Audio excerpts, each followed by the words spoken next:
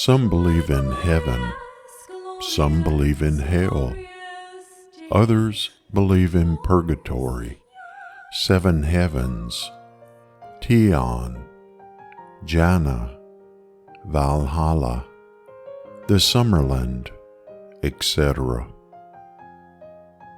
All of these theoretically require a transition or mutation from physical to metaphysical in some capacity. In most cases, the spirit of the person breaches the veil, which immediately reveals everything from an all-knowing creator, numerous virgins for sexual gratification, unlimited free-flowing wine, scaly monsters with bifurcated tails, rampant harp-playing, cloud surfing, and everything in between. For some people, death is seen as the end of the individual's cinematic existence. While some grasp at straws, others convey their true belief in something beyond the veil. Most individuals who were raised in a religious environment find it very difficult to come to terms with the existence of something or someone different, or the possibility of non-existence of a deity on the other side. I was raised in a Southern Baptist home, and therefore I was taught from as early as I can remember there was a heaven, and later I was taught there was a hell also. Only those who accepted the Son of the Father would be permitted into the heavenly realm. By the same token, those who rejected the Son would be sentenced to hell for eternal punishment and torment. Looking back on this indoctrination for myself and many others, this was a crushing and debilitating ideology that took years of deprogramming in order to feel comfortable within our own skin. The trauma of such deeply ingrained beliefs was so very difficult to get past, and accepting myself as human took a very, very long time to come to fruition. Like me, many struggled with and still struggle with these concepts, finding it ever more difficult to free the mind and the spirit. It is for this reason I believe many people are susceptible to maladaptive behavior, because they are simply trying to reconcile and live up to a status of perfection, a baseline of which they will never measure up, that of being human. This creates a vicious cycle of indulging in that which the mind and physical body want, while trying to come to terms with the guilt after the event has taken place. This is truly a sad and hopeless existence. When people in this situation reach out for help, they often encounter more guilt and shame being placed upon them, and almost a scorn-like treatment by those who are supposedly there to help guide and minister to them.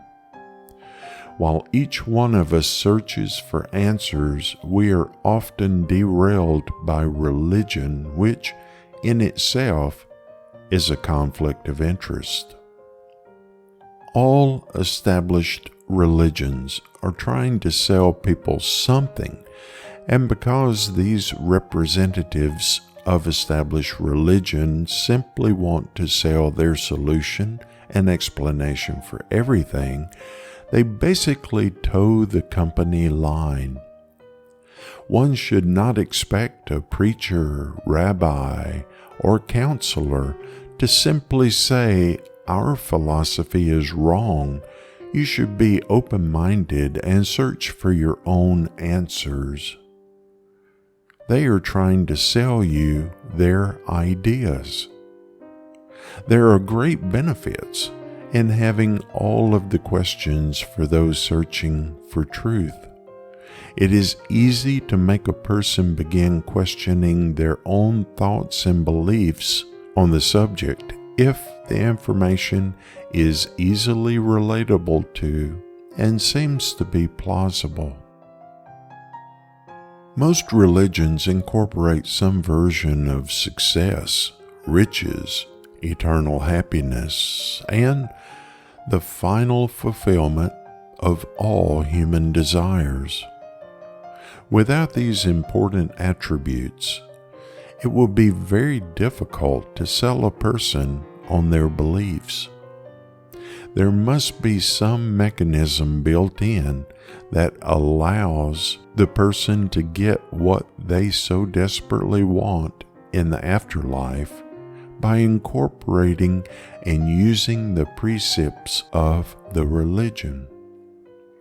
Whether it is obeying commandments, bylaws, or commonly accepted rules and morals, each religious belief simply creates the philosophy of their metaphorical happy ending.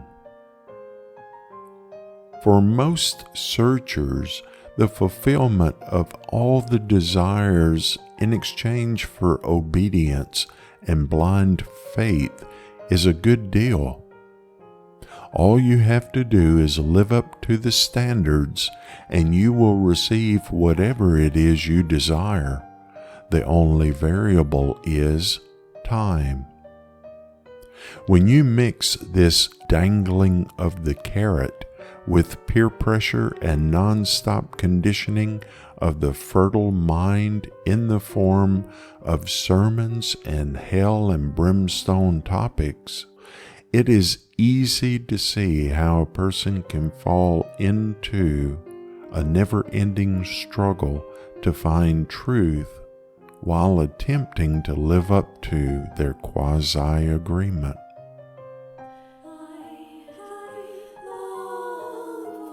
The definition of spirit is the immaterial, intelligent, conscious, supernatural essence and sentient part of a person.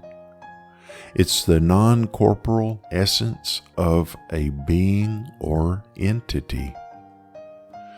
Soul is defined as the spiritual part of a person that is believed to give life to the body and, in many religions, is believed to live forever. The moral and emotional nature of human beings. First, there is an important note to point out before we delve further into the spirit. It is our belief in magnum opus that the terms spirit and soul can be used interchangeably since they are the same.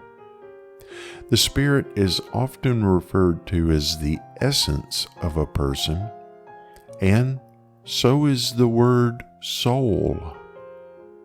If a person examines the definitions, both spirit and soul are synonymous. Consciousness is intertwined with the spirit, and one does not exist without the other. In fact, thoughts through meditation align and direct the spirit without the limitation of language. You are conscious of the universe because of universal consciousness, which connects everything together.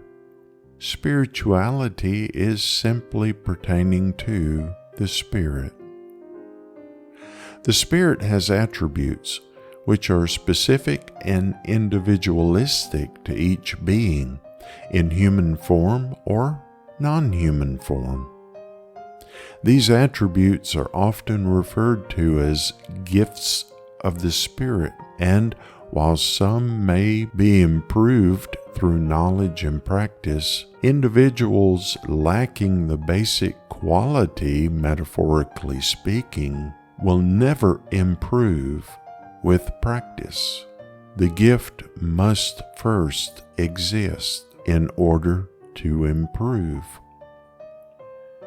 The prerequisite gift must first exist in the individual. After all, if a lack of cognitive abilities or cognitive impairment exists, one must work extremely hard to reach an intelligence quotient of another who has the gift. We all have strengths and weaknesses, and although a person practices basketball diligently, he or she will always be at a disadvantage if they are only 5 feet tall. Many established religions believe the spirit and the soul are separate. Some believe the spirit is the vehicle that transports the soul, while others believe the soul is the very essence of the person. Other religions believe that the soul is the compartmentalized existence of what a person is and will become, and the soul is relegated to either a place of reward or a place of eternal punishment.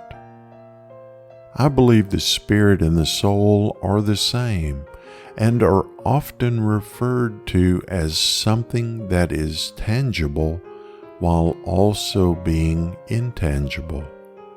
The two are often a source of confusion because the two are actually one, which is called spirit. If the soul is considered to be the cosmic envelope in which we are contained, the definition of spirit more closely aligns with that philosophy. The spirit itself is made up of the ethereal, and it is made up of energy and consciousness. The spirit is endless and has endless capabilities for the practitioner who works diligently to develop his or her spirit. It is for this reason that a searcher must involve themselves in the diligent pursuit of knowledge and application of that knowledge. The mastery of spirit is the fruit or reward for those who tenaciously and diligently pursue that mastery and ultimately the control of the spirit.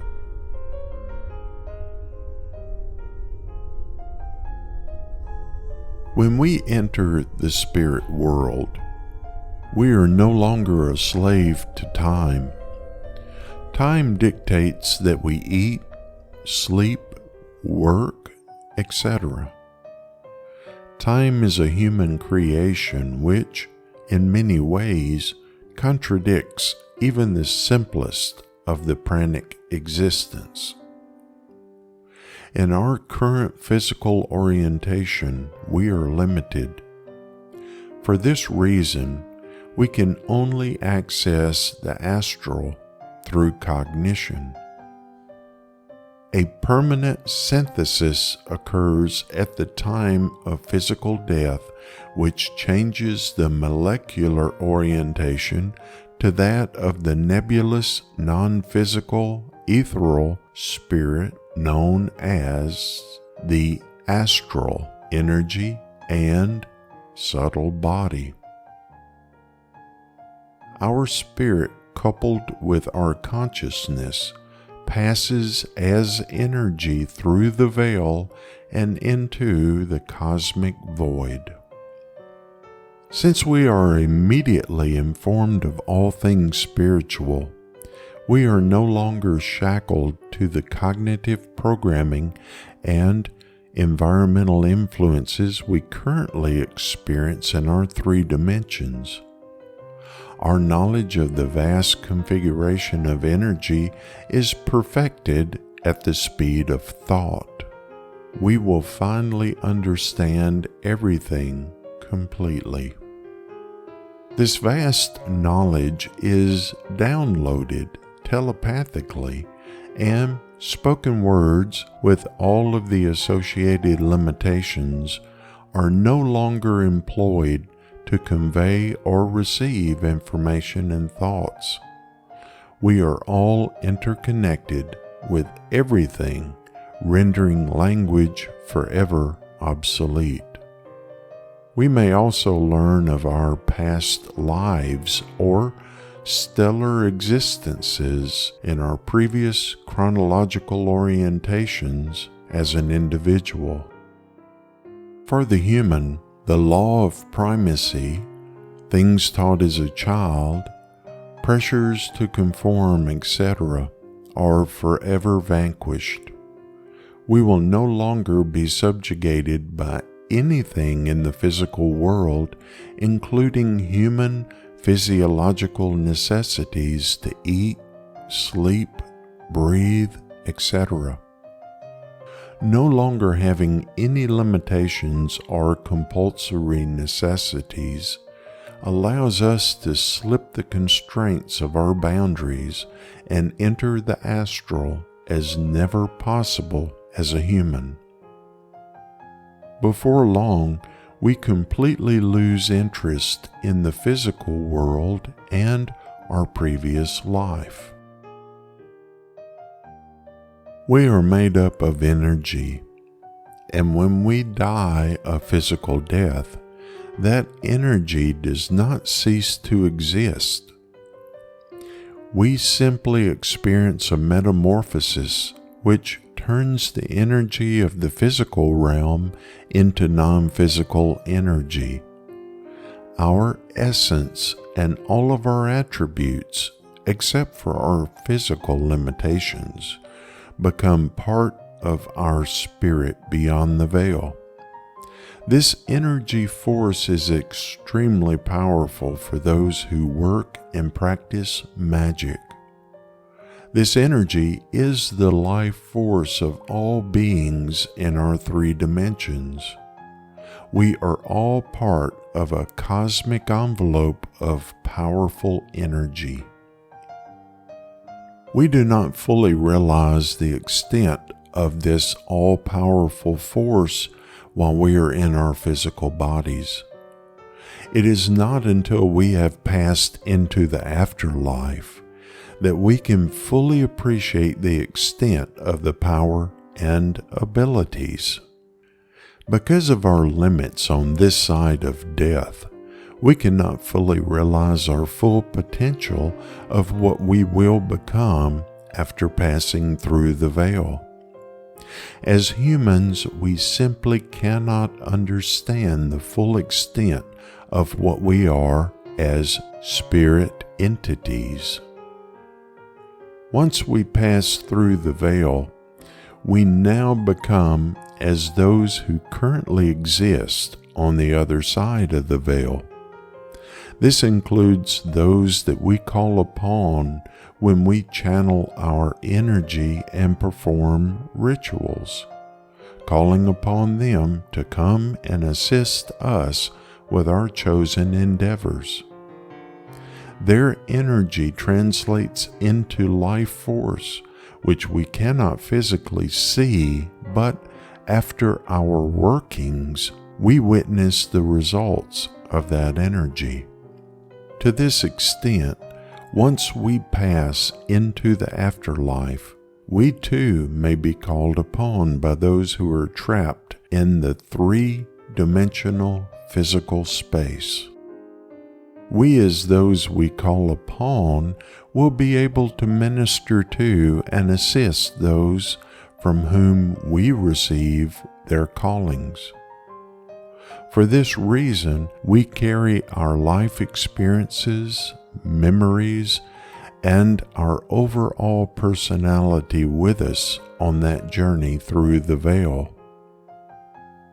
If we did not, there would be no experience for us to draw upon when assisting another person who is in the physical realm. While it is true that we will know all mysteries of the universe after passing, it is also important to know that we must call upon the memories of our life or past lives in order to help those who are in need.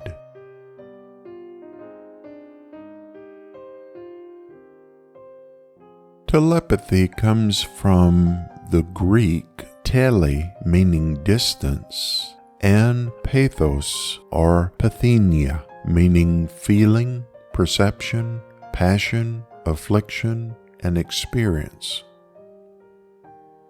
The definition of telepathy is the vicarious transmission of thoughts, ideas, and other information from one person to another without using any known human sensory channels or physical interaction. Some refer to this ability as a superpower. However, many believe all humans have this capability, some more advanced and proficient than others. The hypothesis, which posits all things are interconnected, provides telepathy as the communication mechanism which replaces language and speech in general. This is plausible due to the mechanics of speech, which requires the compression of air molecules and the delivery of words to be dependent upon atmosphere to carry sound waves. Each one of us has an energy body which facilitates many functions beyond our human comprehension. Prominent scientists, including Carl Jung, Sigmund Freud, and Albert Einstein, were fascinated by this experience and made public calls for more research in order to provide individuals better understanding about this phenomenon. There are several proven theories to explain how mental telepathy works. Many of us have experienced telepathy or transfer of thoughts in some form or another. It must have happened to you that you were thinking of a person and suddenly you received a call from that same person. The telepathy generally happens between the people who carry deep emotional feelings for one another. Our mind receives thought energy telepathically from one brain to another and translates this into meaning and imagery without any of the physical senses. When we spend a lot of time with someone, our energies begin to align, and hence telepathy becomes easier with the people and entities with whom we share good emotional bonds and energy. Telepathy is part of our day-to-day life, knowingly or unknowingly. Scientists across the globe attest to the fact that the human mind is endowed with incredible powers which we are barely aware of due to our overindulgence in worldly affairs. The mind acts as a bridge between your spirit and your physical brain. We forget everything about our past lives and the data stored in our spirit memory because it is erased at the time of our birth. Likewise, our entire repository of knowledge is wiped out through the same fashion. Hence, we forget that we can communicate through telepathy. We are raised in an environment where communication is not at all based on telepathic communication, so we fail to bring those requisite skills and abilities into our lives. Before long, the ability to communicate telepathically dwindles away. Through meditation, you can align with people's emotions, thoughts, and energies. Telepathy happens more easily with a person when you know the person. When you interact with others, energetic coupling happens naturally, and it can yield unbelievable results where there is some type of common interest or affinity. You can also establish contacts with non-physical entities through energetic coupling. Energetic coupling can last for hours and sometimes even days, even when people are separated by thousands of miles. Due to the lingering aspect of energetic coupling, we may have some telepathic transmissions that feel like mental chatter. It's pertinent to learn decoupling as well as coupling so that you will be able to hear your own thoughts more clearly. Evaluating the success achieved by telepaths around the world and the scientific evidence supporting telepathy, we can safely conclude that telepathy is not a myth. We can delve into the realm of telepathy once we learn to get over the physical form and expand our conscious level. We have the capability to successfully establish contact with those living and those just beyond the veil.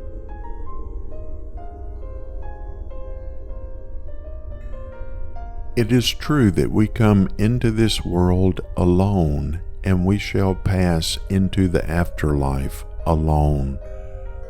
The journey from birth to death is a solitary journey as well.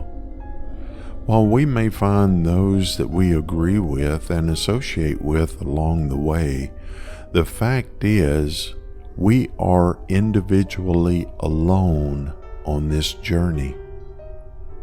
For this reason, it is important for you to search for what you find to be true, and you subscribe to the philosophies and beliefs that are complementary to your life.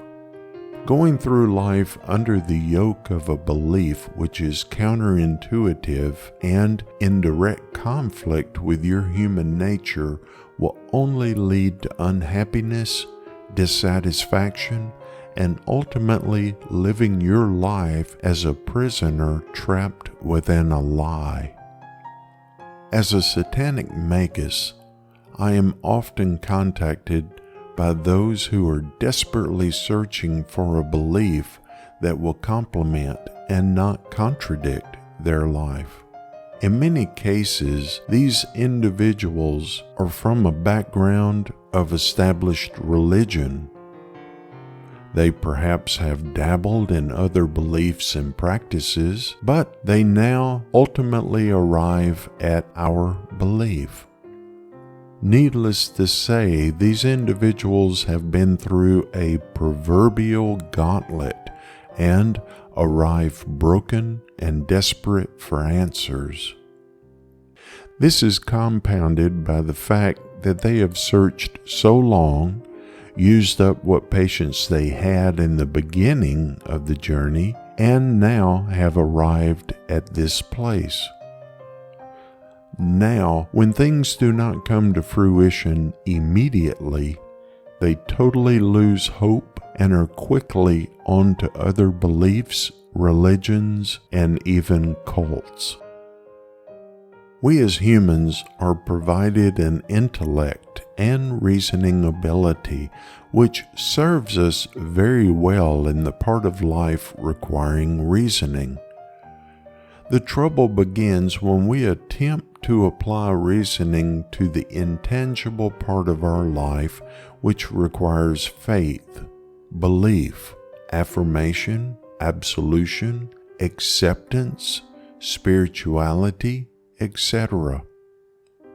We experience the oxymoron of faith with proof. While established religion calls upon faith as the very cornerstone in the foundation of the belief, normally religion does not deliver anything which resembles fact or reasoning. If a person enters into any belief system, even atheism, it will require faith. However, faith is something personal, and the reconciliation must be dealt with by the individual. Without the individual first coming to terms with the fact no one will provide rock-solid evidence, a person begins the never-ending process of belief, then doubt. The lack of evidence proving the existence of any celestial demagogue simply means the person will either decide to not believe in anything, or they will believe whatever their intellect and reasoning ability will ultimately accept.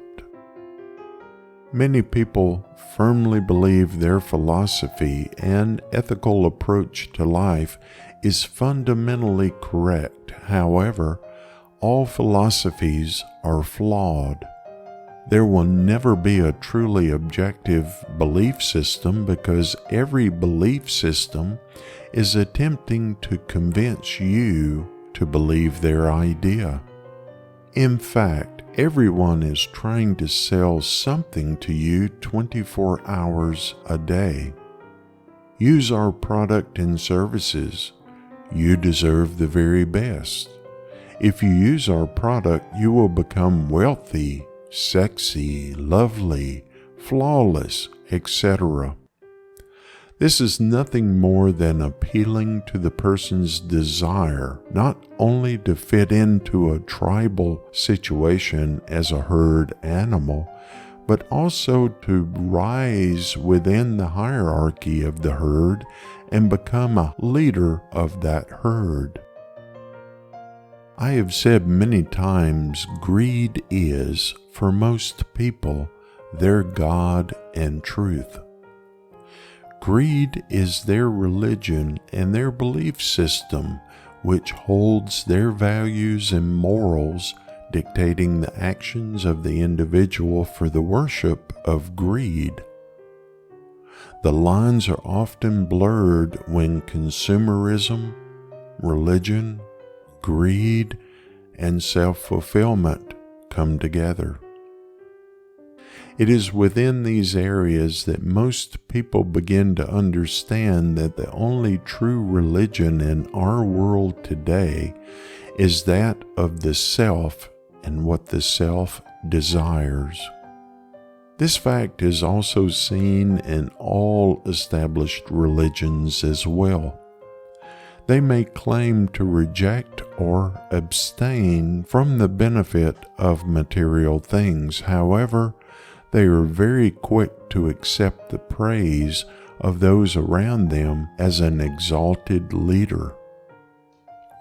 Their chosen religion ultimately sets the goal to become a godlike individual. These individuals may not desire fortune as much as they desire fame and adoration given by the other members of their chosen religion. In that way, they are actually applying greed to a different situation. However, no matter how you look at it, it is in fact greed. All human animals desire recognition, and with that recognition, many fulfill the needs of the ego.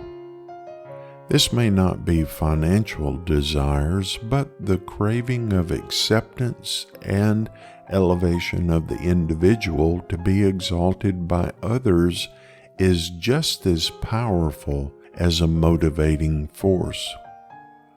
Along these lines, we often see individuals who create their own religion strictly for the fulfillment of their desires and the constant feeding and care of their own ego. The main objective of such religions is for the members to place the individual on a pedestal high above the others, ultimately worshiping the individual as the focal point and substitute for a cosmic religious deity. Greed drives the belief in the afterlife for some people. There is always a reward system tied to the belief, and in exchange for that which the individual desires, the individual must submit to and abide by established norms of the group. These norms are often in the form of rules or commandments that are mandatory requirements established for giving, achievement, promotion, acceptance, fellowship, happiness, and ultimately self-fulfillment. While it is true there is never something that is totally free, it should always be understood what is expected from the individual. On the left-hand path, a person must remain cognizant and aware of peer pressure. Peer pressure is a very powerful effect which will drive a person to do what they would otherwise never do. Throughout history, peer pressure has served dictators, religious gurus, fascists, pedophiles, and even the clergy. It has caused people to do things that they would never do otherwise. For a herd animal like a human, peer pressure is a powerful weapon. As we walk our daily walk on this journey, remain aware of who is around you and what you're being asked to do. Reasoning is a great thing, however, we must all come to terms with faith, and that is sometimes to the detriment of some people. We were alone coming into this life, and we will be alone when we pass into the afterlife. From birth until death, we must make our own decisions, and we must ultimately come to the realization and acceptance of what we are willing to do when it comes to faith.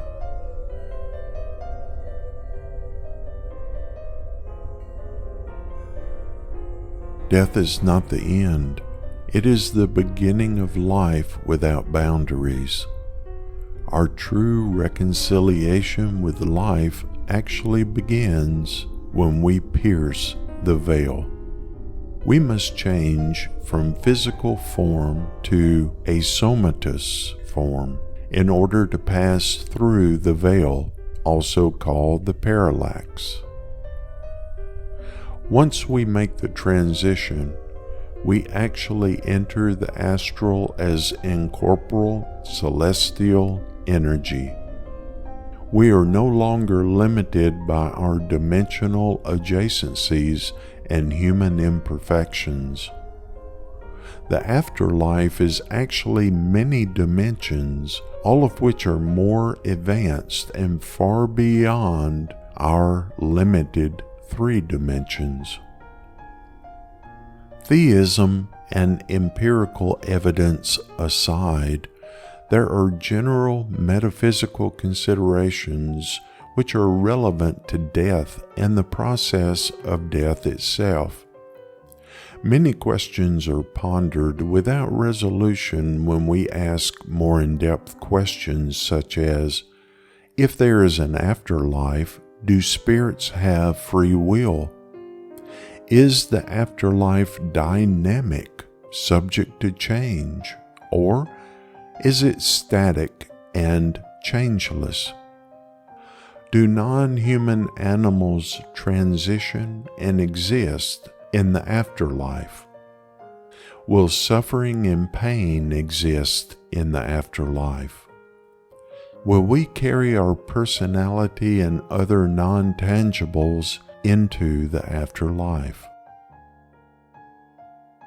Some people attempt to reason the concept of death by saying the reason people turn to supernatural explanations is that the mind simply cannot come to terms with the lack of explanation.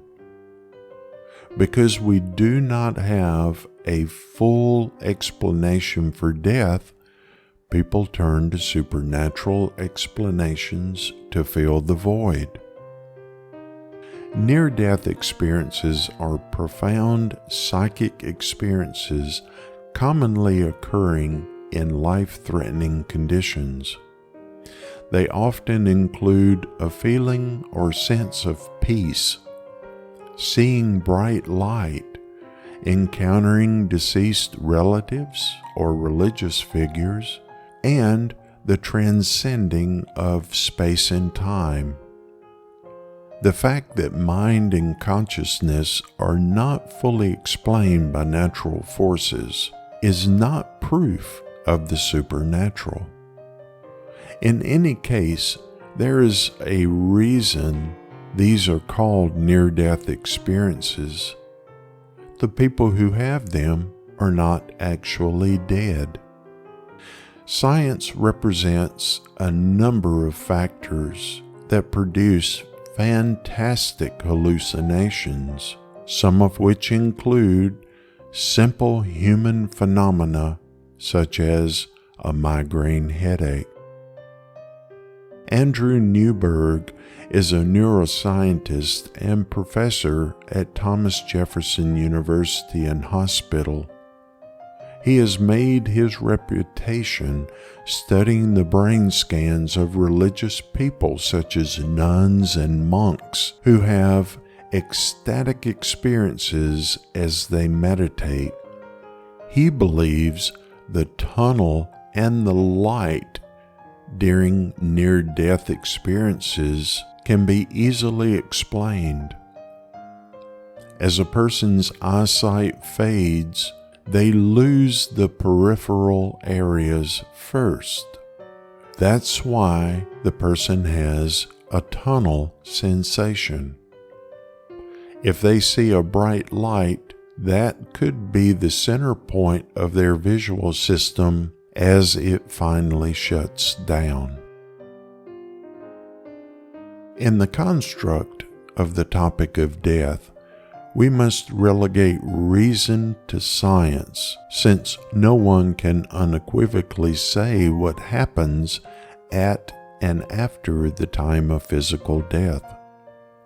Perhaps all human beliefs concerning the afterlife are wrong, and religions are nothing more than frameworks for human manipulation and control. Make no mistake, we all experience death and will ultimately know if we metaphorically had it right or had it wrong. As sure as atheists reason that death is final, I reason death is only the beginning of a new and exciting journey. Decades ago, I reached a point in my life where I came to realize I have found a theistic system which aligned well with my overall beliefs. During my early life, I had looked at many different belief systems like everyone else and had searched for answers, something I could cling to during times of trouble. It's surprising how many people become spiritual when facing a serious crisis in their lives. There's an overwhelming desire which most people feel during times of trouble. Some begin to seriously consider the fact that they will not live in this physical world forever. For that reason, people become more susceptible to religion and the influences of religion as they search for answers. So many people become terrified when in certain situations. These individuals begin clinging to some of the most absurd beliefs known to man. It becomes a bartering situation where the individual makes promises to the deity or organization in exchange for life, truth, or other fulfillment. It is during these times that many religions take full advantage of the individual. It is sad to say, but many religions go to the extent of requiring a deathbed confession in order to grant the individual spiritual absolution. There are very few situations that compare to the fear and desperation faced by an individual who believes they are close to or facing death. After decades of being a theistic Satanist, I was faced with the same fears early in the year 2021. My diagnosis came as a baseball bat to my stomach. The wind was totally knocked out of my lungs, and I began to panic, knowing this very well may be my death sentence. I believe, given that situation, it is natural for anyone to react the same way. One benefit that I had was a strong belief and close relationship with Satanas. For this reason, I had no intent to search for some other higher power or become part of some religious organization. Knowing my faith was and had been well-founded, I was fortunate to be able to push through that initial panic and fear.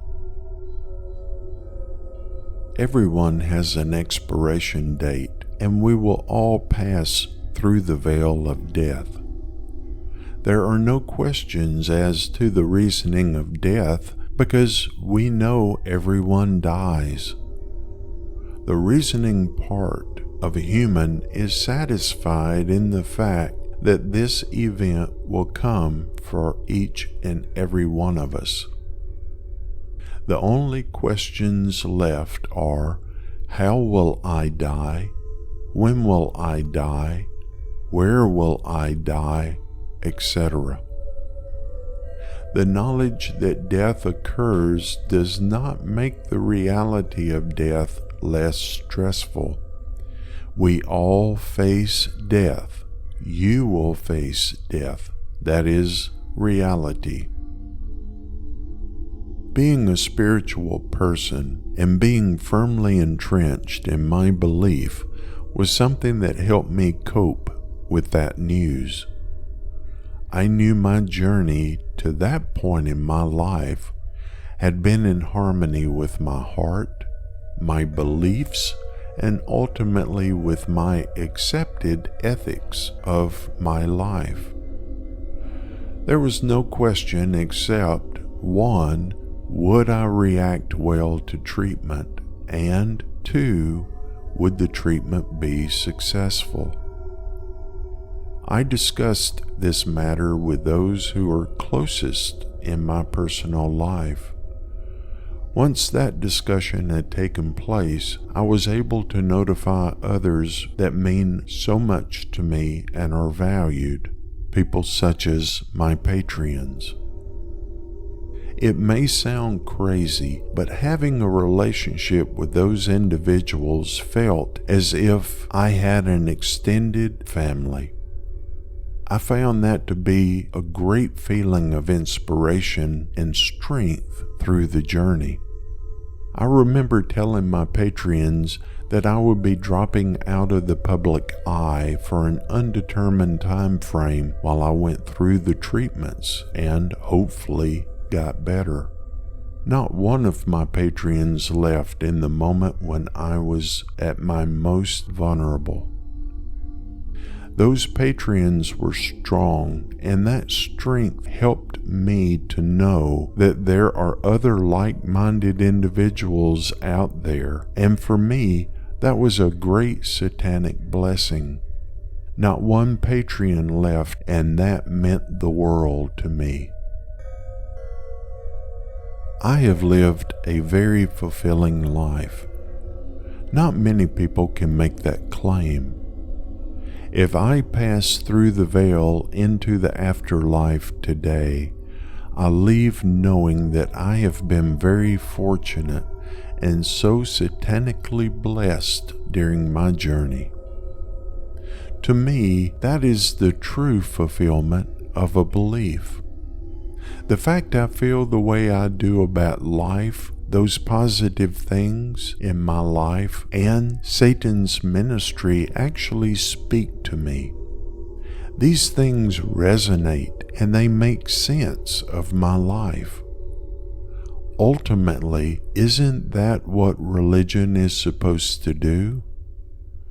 Isn't it really to envelop the individual in a loving, caring, and accepting environment with other like-minded travelers?